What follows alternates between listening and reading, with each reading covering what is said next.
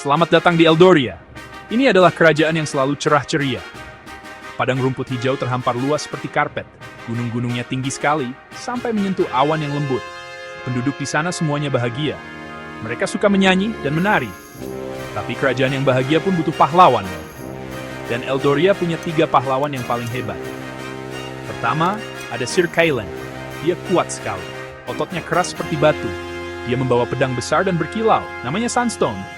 Kaylen itu pemberani banget. Oh iya, dia akan langsung maju kalau ada bahaya, sambil berteriak kencang. Tapi kadang, dia sedikit tidak sabaran. Dia sukanya langsung bertindak, bukan menunggu-nunggu. Berikutnya adalah Lady Lyra. Dia cepat dan lincah. Gerakannya seperti bisikan angin, cepat dan tidak terdengar. Lyra jago sekali memanah. Busur panahnya bernama Whisper Wind, dan anak panahnya selalu tepat mengenai sasaran. Lalu ada Sir Finian.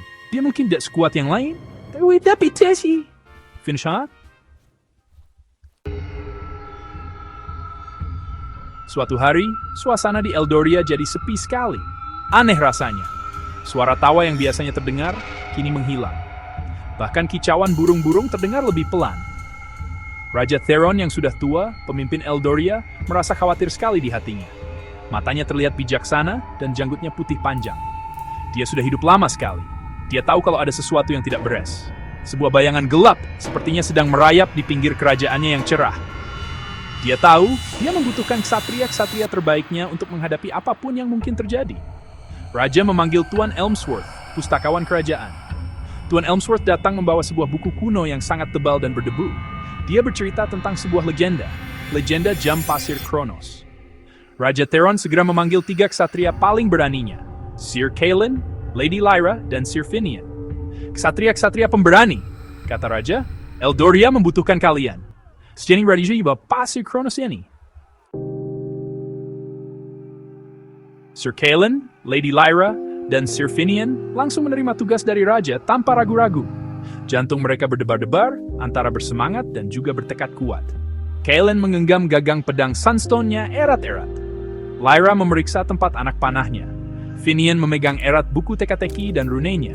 Mereka diberi peta tua yang sudah usang, salinan dari buku kuno Tuan Elmsworth. Ini tidak akan mudah, gumam Finian pelan, sambil sudah mempelajari peta yang penuh teka-teki itu. Perjalanan mereka dimulai saat fajar. Sir Kaylen, yang selalu bersemangat, berjalan paling depan. Lady Lyra, dengan matanya yang tajam, mengawasi keadaan di depan dan di sekitar mereka. Sir Finian berjalan di samping Kaylen, matanya bergantian melihat peta kuno dan lingkungan sekitar mereka. Mereka memberanikan diri masuk ke hutan bisikan, sebuah tempat yang jarang orang berani masuki. Setelah berjam-jam, saat matahari mulai terbenam, Lyra tiba-tiba berhenti. Lihat, bisiknya, sambil menunjuk ke sebuah batu kuno yang tertutup lumut. Pintu masuk gua itu gelap dan sedikit menyeramkan. Sir Kaylen, yang tidak pernah ragu, langsung menghunus pedang Sunstone-nya. Dia menyalakan obor dari tasnya. Baiklah teman-teman, katanya. Petualangan sudah menunggu. Ayo, jangan kita biarkan menunggu lama. Gua itu adalah terowongan yang panjang dan berkelok-kelok. Lady Lyra bergerak dengan anggun seperti biasa. Matanya waspada terhadap bahaya apapun. Tiba-tiba, dia mengangkat tangan, menghentikan Kaylen tepat pada waktunya. Tunggu, desisnya. Di depan mereka, tersembunyi dengan cerdik dalam kegelapan, ada lubang yang dalam. Berkat pikiran cepat Finian dan mata tajam Lyra, mereka berhasil menemukan pijakan sempit yang bisa melewati lubang itu. Akhirnya, terowongan sempit itu terbuka menuju sebuah ruangan bundar yang sangat luas. Sir Finian, yang memang seorang cendekiawan, mendekati Jam Pasir Kronos dengan hati-hati dan penuh rasa hormat. Dia dengan lembut menyentuhkan jarinya ke bingkai jam pasir yang dingin dan halus itu. Matanya terbelalak penuh kekaguman. Dia mulai memeriksa tulisan-tulisan kuno yang terukir di bagian dasarnya. Luar biasa, desanya pelan, sambil mengeluarkan buku catatan kecil dan sepotong arang untuk mencoba menyalin tulisan itu. Sir Kaylen, sebaliknya, sudah hampir melompat-lompat karena tidak sabar.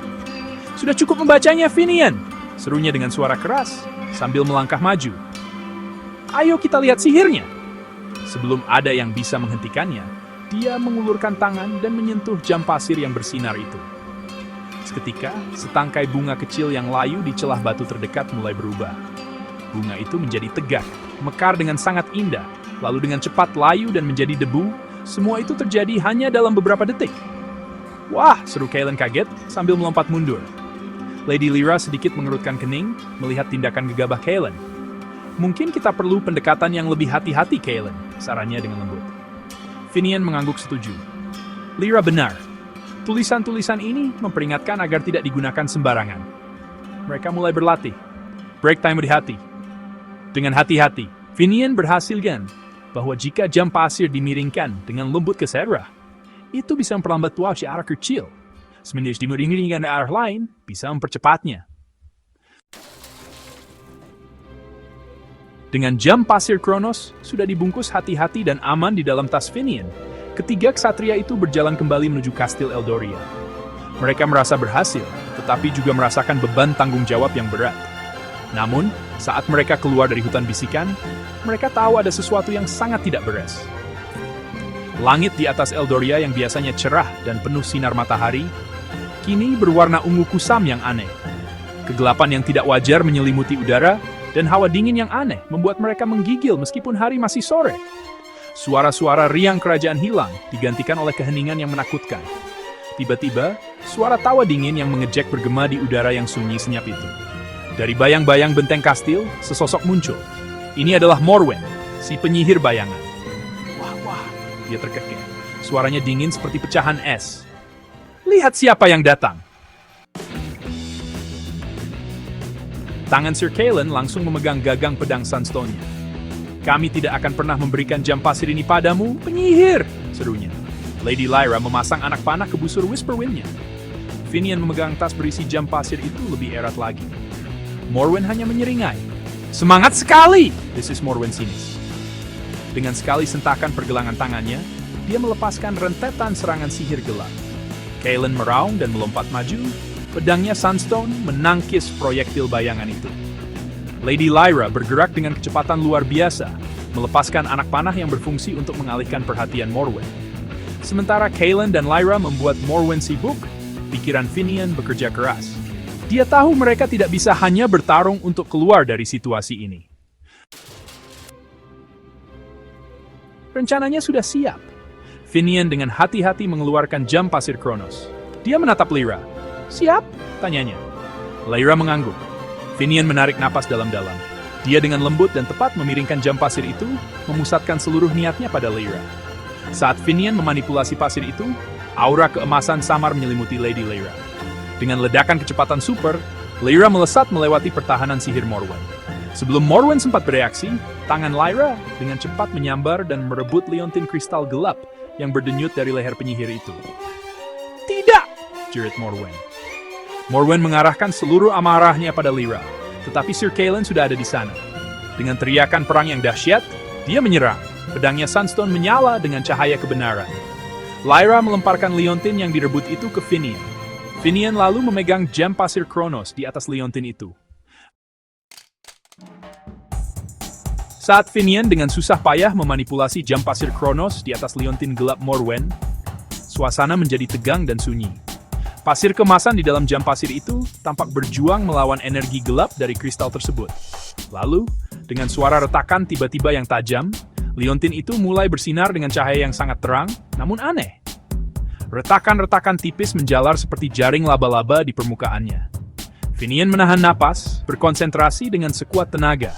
Dengan suara pecahan terakhir yang memekakan telinga, liontin kristal gelap itu meledak menjadi 1000 kepingan kecil yang tidak berbahaya. Seketika, warna ungu yang menekan di langit mulai surut. Sinar matahari asli yang hangat, menembus awan. Di seluruh Eldoria, warga yang tadinya bergerak sangat lambat tiba-tiba tersentak dan mulai bergerak normal lagi. Mantra gelap itu telah patah. Eldoria bebas dari penjara waktu Morwen. Morwen, si penyihir bayangan, mengeluarkan jeritan mengerikan yang suaranya semakin memudar. Dengan kepulan asap hitam terakhir yang menyedihkan, dia menghilang sepenuhnya. Eldoria selamat. Sorak-sorai orang-orang sangat kencang dan meriah. Mereka belajar pelajaran berharga hari itu. Bahwa kekuatan besar tidak hanya membutuhkan kekuatan atau kecepatan, atau bahkan kepintaran saja. Wolfie, kinanji dengan kombinasi besar besar dan kerjasama tim dan proximity.